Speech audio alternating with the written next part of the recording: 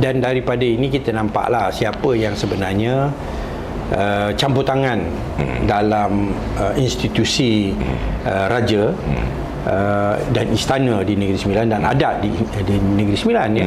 Kerana saya rasa daripada sebelum pilihan raya lagi mereka dah menyuarakan tidak puas hati dengan yang di-Pertuan Besar yang sedia ada, iaitu Tengku Mukhriz, kerana tidak mahu mengikut kehendak mereka.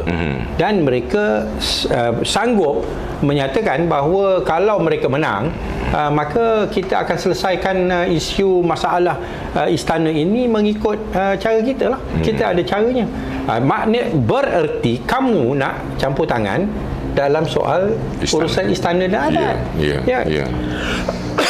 Kalau kamu ada caranya, yang cara kamu, cara politik UMNO BN, berarti kamulah yang nak menguasai istana dan adat.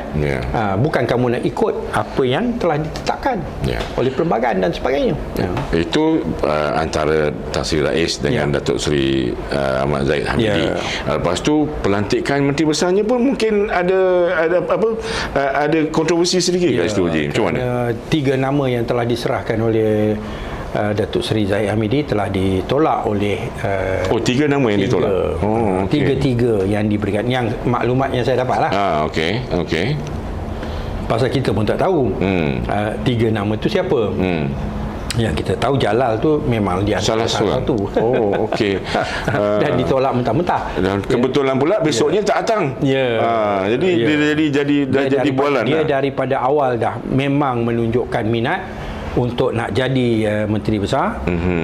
Dan kalau ini perlu sampai ke tahap seperti mana yang kita lihat, usaha untuk nak gantikan yang di-Pertuan Besar pun sanggup dilakukan.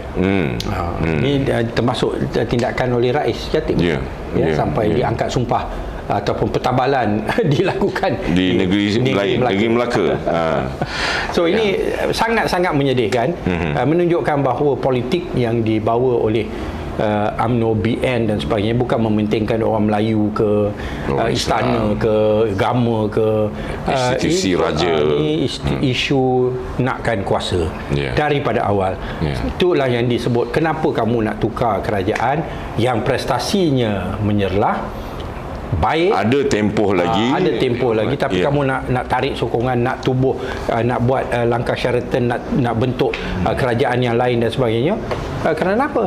Kerana kamu nak jadi menteri besar. Tu je kan.